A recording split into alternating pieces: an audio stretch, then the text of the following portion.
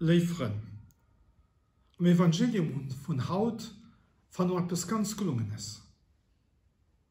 Der Jesus geht an die Synagoge und da fanden wir dann einen bösen Geist, der mit ganz gut an der Synagoge gefällt, den sich da wohl spielt. Und der böse Geist, der scheißt ganz hart. Wenn er ausgedrieben ist, dann ist es rot. Ein böse Geist, also der gern an der Kirche ist und an der Kirche scheißt, das ist ganz stark manifestiert. Aber wo dann nicht mehr der Jesus am Mittelpunkt steht, mit ganz egoistisch Partikularinteressen.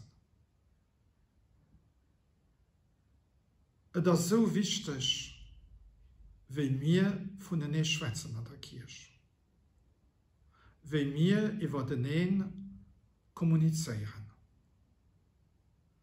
Das ist wichtig, dass wir Platz machen, einen Raum schaffen für den Jesus. Und es wäre vielleicht ganz gut, wenn wir ein Stilt schaffen, die nicht Stilt von einem Käfig ist, aber die ein Stilt, dass die bewohnt ist.